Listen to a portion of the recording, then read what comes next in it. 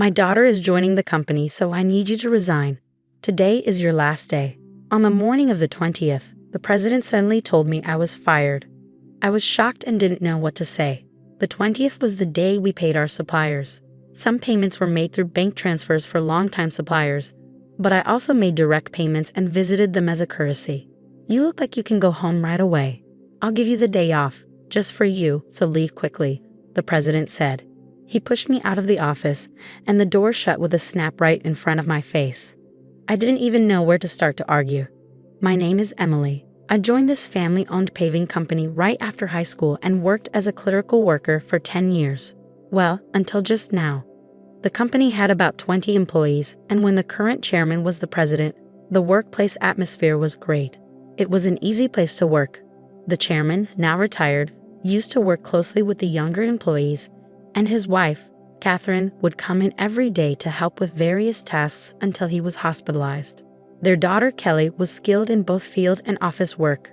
Her husband was the site manager and was trusted by the on-site employees. Even though they were the founding family, they never acted superior or looked down on the employees. It would have been wonderful if this enjoyable and smooth-running company life had continued, but unfortunately, reality wasn't so kind. At the end of last year, the chairman was diagnosed with cancer during the company's group medical examination. He decided to retire as president and appointed Kelly's husband, the site manager, as the next president. Both the employees and I unanimously agreed. We all thought the chairman should focus on his treatment and wish for his long life. However, suddenly, the chairman's eldest son, Tom, appeared with his family. I didn't know where he heard the news from. It turns out the chairman had another child besides Kelly. Tom had been disowned about 30 years ago, and I didn't know about it at all. According to the senior employees, Tom was a troublemaker in his youth and often had run-ins with the police.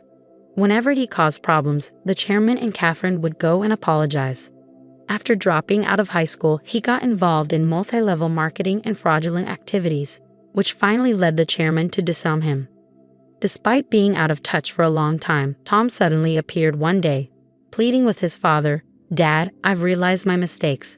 Please forgive me." I was shocked to witness this in our small company, where the president's office and clerical room were one and the same. Tom expressed a desire to reconcile and work in the company, but his past made it hard to believe his sincerity after being disowned. "I apologize to everyone, but I ask you to give Tom another chance," the chairman said, pleading with everyone present. Kelly and the senior employees knew about Tom's troubled history and couldn't fully celebrate, but they couldn't refuse the chairman's heartfelt request either. So Tom and his family moved into the annex of the chairman's house, with Tom becoming an employee and his wife taking on household duties. I saw their daughter only once when she visited the company. She seemed to be a college student. The chairman believed Tom had changed for the better after facing hardships in life. Catherine was overjoyed that Tom had returned with his family, talking about rebuilding the company together. However, soon after, a problem emerged. Tom insisted on something. "I'm the eldest son, so I should be the next president," declared Tom, straining his relationship with Kelly and the site manager. Despite pretending to work diligently in front of the chairman, Tom actually did very little. He frequently made demeaning remarks like, "Physical labor is for the workers, and you're all just worker ants, work silently." Naturally, his behavior quickly made him unpopular with everyone. Some of the younger employees even went directly to the chairman, saying, "I can't work under these conditions." However, both the chairman and Catherine pleaded with everyone, saying, "We will talk to Tom about this. Please try to see the bigger picture." Then, due to stress or other reasons, the chairman's cancer suddenly worsened and he was hospitalized 3 months ago. Tom declared, "I am the president." Despite employees advising the chairman and Catherine to stick with their original plan of appointing the site manager as president, they ultimately chose Tom, their biological son, over their daughter's husband. This decision sparked grumbling among some employees, who felt the chairman and Catherine were biased by parental love or losing their sharpness with age. The once harmonious company atmosphere turned tense and uncomfortable. As tensions grew, Kelly and the site manager began working behind the scenes to manage the company. This left me alone handling all administrative tasks, whereas before Catherine, Kelly, and I shared the workload. Now, I regularly work overtime, sometimes leaving so late that the date changes before I head home. Meanwhile, Tom seemed to view administrative duties as effortless, spending his days at hostess bars, betting on horses, or gambling. My relationship with the president took a serious downturn over an expense issue. He had been using the company's credit card for personal dining and entertainment expenses, and I had been overlooking it to some extent. However, this time, the expense crossed a line. With apprehension, I handed the receipt back to him. "I can't approve this expense," I told him. "What? Why not?" he demanded. "This is for your wife's corrective underwear. It's not related to business, so it can't be expensed." As expected, the president's face flushed with anger. "Don't challenge me. She's the president's wife. It's natural for her to dress well. This is a valid expense." "No, that's not how it works. Your wife's underwear can't be considered a business expense," I stammered, struggling to comprehend how the president could justify a $4,000 expense for his wife's corrective underwear. His next suggestion left me even more bewildered. "Then let's turn selling corrective underwear into our new business venture. We'll categorize it as inventory so it counts as an expense." The president seemed pleased with his idea, but I was at a loss for words. "We're a paving company," I managed to say. "So what? We can threaten clients that if they don't buy from us, we'll cancel their contracts. Everyone will buy. It's easy money, $2,000 for one, $4,000 for a set." The president chuckled loudly, but I felt horrified.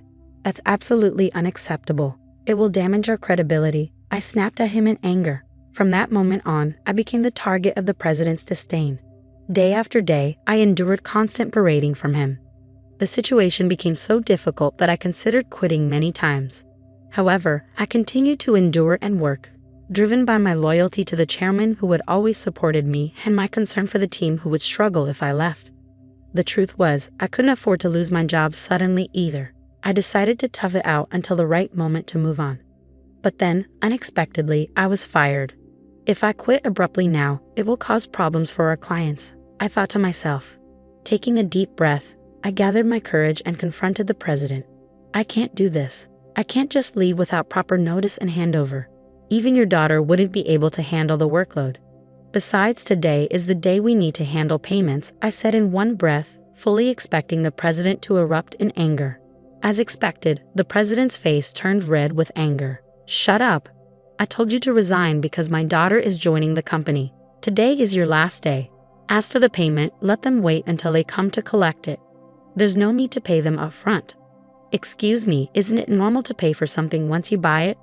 I was shocked and explained it patiently, as if talking to a child. But the president responded with something so unreasonable that I couldn't believe he was being rational. "If that's the case, just threaten to switch suppliers. Tell them we won't make the payment this time, so they should give it to us for free." "What? That's not something we can do, is it?" I was so stunned that I couldn't find the right words to respond. "You're completely useless. My daughter has a college degree. She can handle office work easily. As family, she won't question my expenses like you do. You're all talk and no action. We don't need someone like you in our company. Leave now," the president sneered. It seemed clear he intended for his daughter to handle accounting so he could justify personal expenses as business expenses. "Oh, is that so? Just remember, I won't regret this," I replied. Words were futile at this point. My patience had worn thin. I quickly gathered my belongings and left the company, feeling sorry for our clients. I called Kelly, despite knowing Catherine and Kelly were busy with the chairman. This was urgent. I explained everything and trusted the rest to Kelly. Once I left the company, I suddenly found myself with nothing to do. Being fired without notice clearly violated labor standards laws. If I reported this to the labor standards office, the company would be in trouble. Since our company was part of the middle company payment system, I could claim my severance pay and 1 month's salary. This system supports small and medium-sized enterprises that can't afford severance pay on their own. I didn't need to rush because I could apply within 5 years from my retirement date, and the Labor Standards Office had a 2-year statute of limitations. With my professional habits, I planned out the necessary procedures and timeline for retirement. I decided I could take it easy for at least a week. Lately, I had been working overtime and weekends nonstop, leaving no time for myself at home. There were many places I wanted to visit once I settled down, so I chose to go on a day trip to the beach for a refreshing break. After enjoying myself at the beach, I checked my phone in the locker and found several missed calls, emails, and voicemails. Among them, Kelly's email caught my attention. It said, "The payment process went smoothly. Everything is in order." I felt relieved. Despite the abruptness of my dismissal by the president, I couldn't shake the guilt of leaving my job in anger. Next, I listened to the voicemail from the company. It was the panicked voice of the president saying, "Hey, what's going on? They're saying I'm not the real president. Did you know about this? Explain yourself." After chuckling at his realization, I continued to check my emails and voicemails. Among them was a message from the chairman, so I promptly headed to the hospital. Arriving at the hospital room that evening, I found Catherine and the president already there. As soon as the chairman saw me, he greeted me from his bed. "Emily, I'm truly sorry for my foolish son." "Hey, what's going on? I'm not the official president. Explain yourself," Tom shouted arrogantly, clearly not understanding the situation. The chairman quickly silenced him with a stern command. "Quiet down." It turned out that right after I had called Kelly, she promptly informed the chairman and Catherine. Upon receiving the news, the chairman immediately contacted Tom, who was acting as president, and asked, "Do you really not know anything? So what's the truth?" I calmly explained to the president, who was still shouting in confusion. "Essentially, Tom, you didn't have any legal authority. Your role as president was just a title. It might seem confusing, but in business terms, president is a position within the company and doesn't hold legal standing like a representative director does. The representative director is the one legally responsible for the company's actions externally. It's a different and more formal role that requires specific legal procedures to change." I continued, "While the title of president can be changed informally within the company, altering the representative director involves complex legal processes. That's why your position didn't carry the legal weight you assumed it did." 3 months ago, when Tom was appointed president, there was strong opposition from Kelly, the site manager, and veteran employees. That's when I proposed a strategy. Tom would be a figurehead president while the chairman remained the legally responsible representative director. As someone familiar with company procedures and laws, I knew the complexities involved. Under my plan, if Tom showed genuine dedication and won over all employees, then we would initiate the legal process to formalize his presidency. However, if Tom failed to prove himself fit for the role, the backup plan was to either remove him or even consider closing the company, while Kelly and the site manager prepared to launch a new venture. Kelly doubted Tom's ability to change. The chairman and Catherine continued to believe in Tom until he unfairly dismissed me, which seemed to awaken them to his shortcomings. "If you want to be a leader, learn and take care of your employees. I've told you this many times," the chairman emphasized. Tom retorted, "It's not a big deal, right? Can't we just handle the procedures now?" "No, it's not possible," the chairman explained. "Our company offers stocks to employees who want them, and many of them own shares. Emily owns 10%, making her a major shareholder. We can't disregard her views, and other shareholders won't support you either." As the president began to understand the gravity of the situation, his face paled. "What? I don't have any shares." "None. I plan to pass on my shares to you once you prove yourself as president. I'm deeply disappointed in you. Were you only interested in my wealth, thinking I didn't have much time left?" The chairman slumped in despair, and Catherine remained silent, visibly upset. Defiantly, the president responded, "Well, I'm the eldest son. What's wrong with taking what's rightfully mine? The company belongs to me. I can't forgive you anymore. The chairman bears full responsibility as the representative director of this company. Moreover, I'm a shareholder. I have the right to call for a shareholders' meeting and propose your removal," I asserted firmly. The president's face drained of color as he grasped the implication of removal. "You mean I could be fired? Dan, you were just a clerk." "Tom, Emily is right. At this point, no one will support you. Emily was the only one who spoke up to give you a chance," Catherine interjected. Then Catherine turned to me. "Emily, I owe you a sincere apology. I regret causing you trouble because of my love for my son. Please tell me what you'd like to do." I confronted the president directly. "Mr. President, I no longer wish to work under your leadership, so I am resigning immediately. However, I expect to receive my severance pay, along with 1 month's salary including unpaid overtime and holiday pay. As a shareholder, I will also take action through the Labor Standards Office to remove anyone who is detrimental to the company." I spoke calmly, and as I did, the president's complexion shifted from pale to completely white. Continuing, I informed them how Kelly had been actively visiting clients and successfully promoting our new company. Many clients had already decided to switch from our current company to the new one, and most of our employees were planning to follow suit. "That's impossible. I'll sue you," the president threatened, his voice cracking. But the chairman intervened firmly. "I am the representative director. You have no such authority." The president collapsed to his knees, and I felt a mix of emotions: regret, disappointment, and a sense of closure. "Mr. President, it's unfortunate it had to end this way. If you had changed your approach upon returning, things might have been different. There were ample opportunities for understanding if you had made efforts to learn and adapt." Ultimately, it was the president himself who squandered those chances, a classic case of reaping what one sows.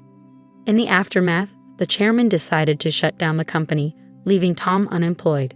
The president's wife attempted to sell corrective underwear, but it didn't succeed. They faced legal issues for aggressive sales tactics and were eventually arrested for involvement in a pyramid scheme. When Kelly returned to her parents' home, she found boxes of unsold underwear left behind. As for the daughter, she found employment elsewhere, although the specifics are unknown. I now work happily at Kelly's and the site manager's new company. I cherish my relationships with others and strive to live authentically each day.